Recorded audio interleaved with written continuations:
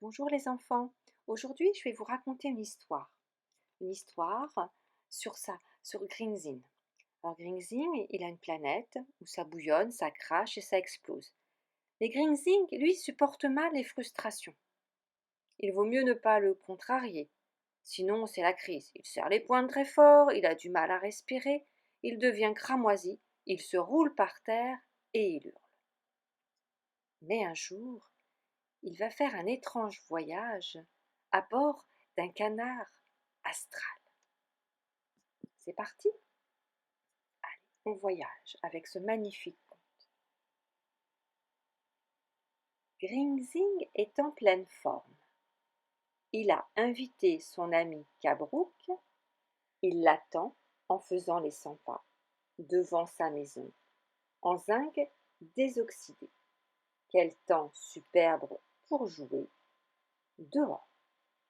Tonnerre, éclair et bourrasque de vent solaire.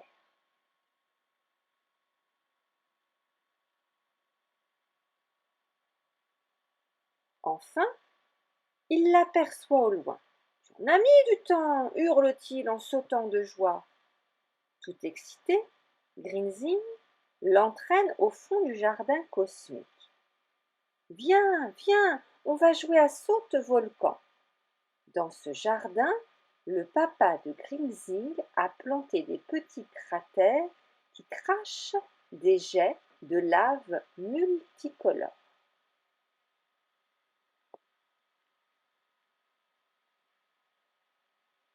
Grinzing décide qu'il sera le premier à sauter.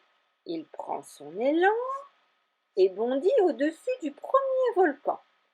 J'ai réussi, s'exclama-t-il. À toi maintenant.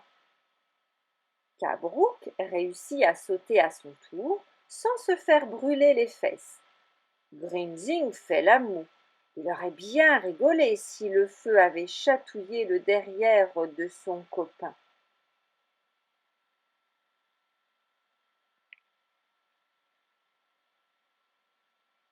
Encore à moi, crie Grinzing. En se précipitant, il glisse sur une collée de lave encore tiède et s'écrabouille en plein milieu du volcan. Le voilà tout recouvert de lave. Ça dégouline de partout. Sa culotte commence à chauffer. Au secours! Au secours! Ça sent la fumée! Mais ne me regarde pas bêtement, hurle-t-il à son copain. Aide-moi à sortir de là. Mais Kabrouk, lui, se tord de rire. Son petit cou en est tout dévissé.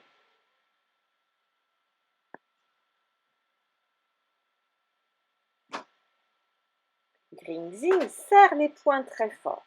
Il a du mal à respirer. Soudain, il se met à bouillonner, cracher et exploser. Kabrouk est dépité. Écoute, puisque c'est comme ça, je rentre chez moi. Débrouille-toi tout seul.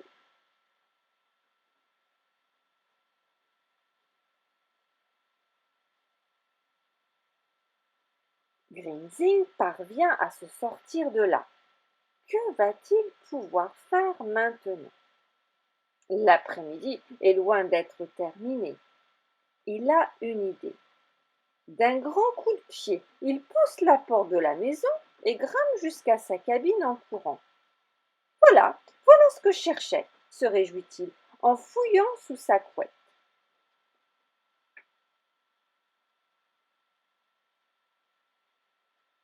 Il en ressort un mini-circuit de soucoupe volante avec lequel il n'a pas joué depuis longtemps. Les tuyaux sont un peu poussiéreux, les soucoupes un peu cabossées, et il manque quelques boutons au radar. Peu importe, Grinzing tire la langue d'impatience à l'idée de tout remettre en route. Comment fait-on déjà? Ah oui, il faut enclencher le bouton vert.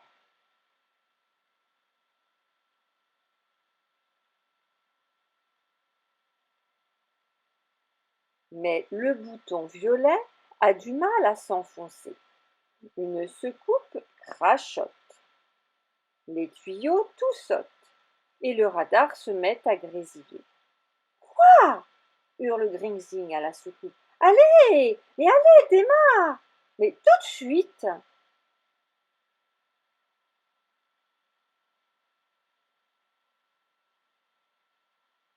Tremblant de rage, il lance la secoupe de toutes ses forces contre le mur.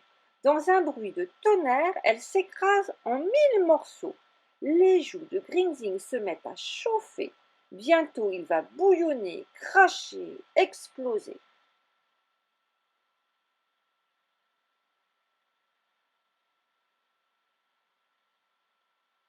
Il bondit sur les tuyaux du circuit et les ratatine sous ses pieds.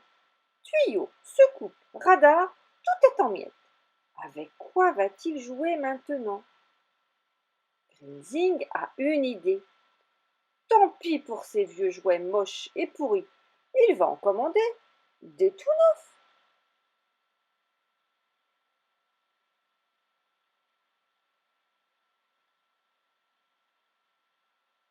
Il dévale l'escalier et ouvre la porte du salon d'un coup d'épaule. Papa et maman sont occupés à regarder la méga vision. Pousse-toi, ronchonne papa, tu vois bien qu'on regarde mon feuilleton.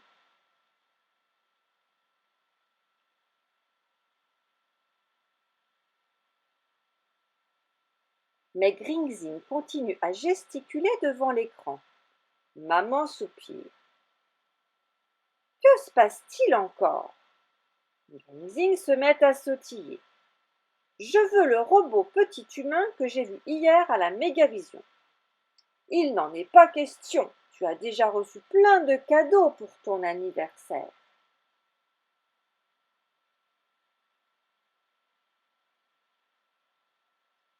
Mais Gringzing n'abandonne pas facilement. S'il vous plaît, je veux ce repos. Quand on appuie sur son nom, il chante l'alphabet en terrien. Allez, dites oui. Mais maman hoche la tête. C'est non. Le cœur de Grinzing se met à battre plus vite. Bientôt, il va bouillonner, cracher, exploser. Il s'écroule sur le tapis en fil de ferraille et se roule dessus, en braillant. Papa le relève et l'emmène se calmer un peu plus loin.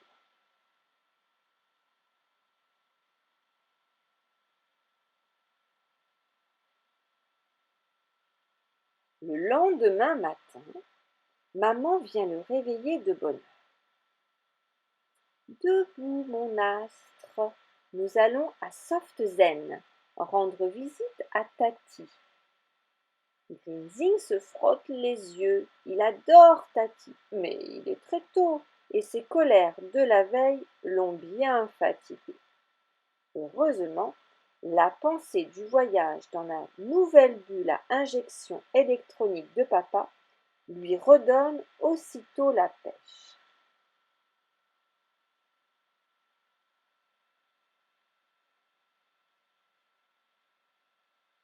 Comme toujours, Tati les accueille avec le sourire. Où voulez-vous déjeuner? Demande-t-elle. Préférez-vous dehors ou à l'intérieur? Sur Soft Zen, tout est beau, tout est calme. La planète est baignée par la douce lumière du soleil zinzène. Devant la terrasse, de curieux canards à 3 yeux glissent sur un lac paisible. Il serait beau sans ces étranges capteurs numériques plantés au milieu de leur front. Parfois, ils déploient leurs ailes immenses et s'envolent vers l'espace. Grinzing s'est souvent demandé ce qu'ils faisaient.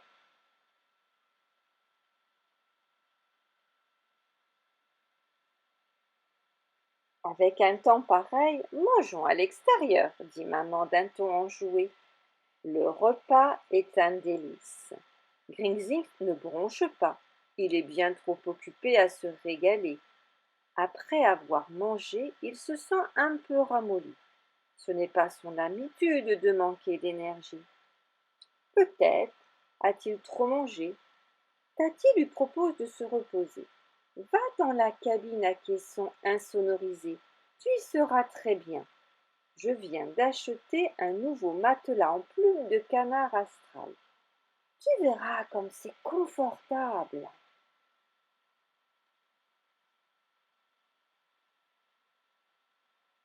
Grinzing est trop grand pour faire la sieste, pas question de dormir.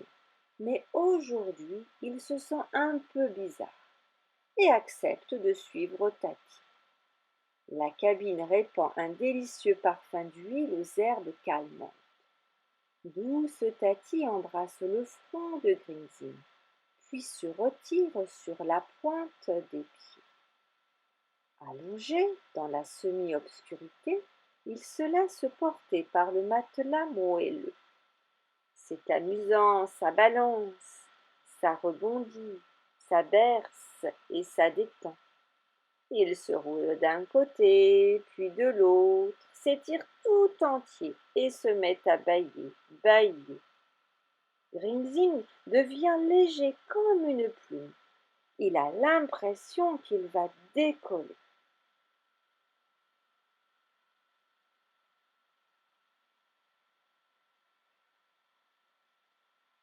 Un canard astral à capteur numérique plane au-dessus de lui.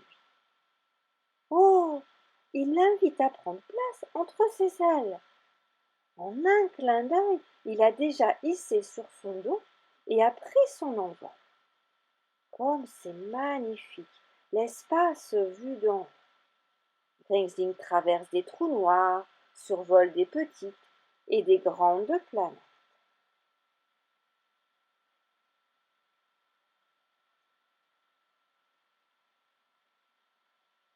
Soudain, il aperçoit tout en bas des volcans cracheurs de feu. Ils sont en train de bouillonner, de cracher et d'exploser. Mais nous sommes au-dessus de ma planète, s'exclame-t-il. Pourquoi m'amènes-tu ici, canard aux trois yeux? Le canard reste silencieux, mais un capteur numérique sort de son front. Il le prête à Grinzing pour que celui-ci puisse voir dedans.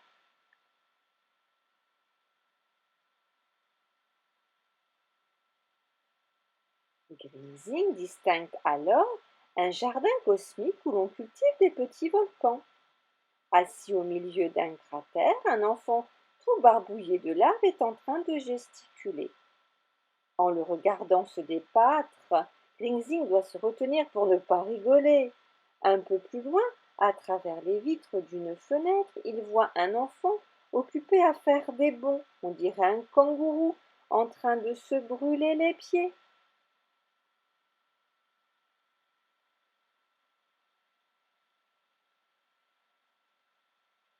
Grinzing règle le capteur pour mieux voir. Autour de l'enfant rebondissent divers objets, débris de métal, tuyaux éclatés, morceaux d'un radar explosé. Oh, idiot! S'exclame Grinzing. Il a cassé ses vieux jouets. Dommage, il aurait pu les réparer.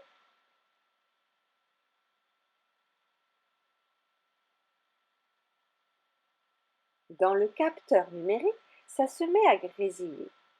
Grinzing ne voit plus rien. Par contre, il entend une petite voix criarde qui gémit, qui couine, qui s'entortille et se déroule pour brailler de plus belle. On dirait les sirènes des vieilles soucoupes volantes d'autrefois. Elles faisaient le même bruit quand leur klaxon restait bloqué.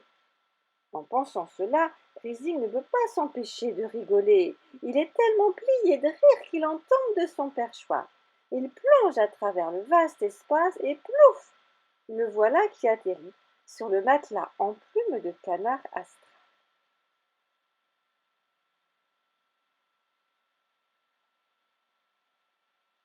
Coucou, mon astre, murmure la jolie voix de maman. Tu t'es bien reposé? C'est l'heure de rentrer. Gringsing se frotte les yeux. Sa première intention est de rouspéter. Ah non, pas déjà. Il n'a même pas eu le temps de jouer au bord du lac. Soudain, il lui vient à l'esprit l'image d'un petit enfant en colère, en train d'arracher une à une les plumes d'un matelas. Elles s'envolent autour de lui et retombent en se collant à sa combinaison électromagnétique.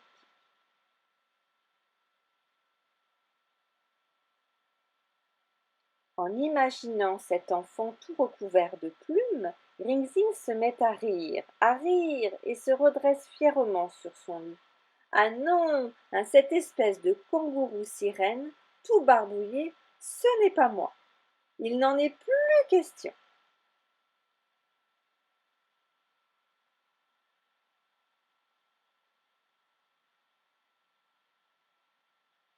Ça va bien nous faire réfléchir, cette petite histoire.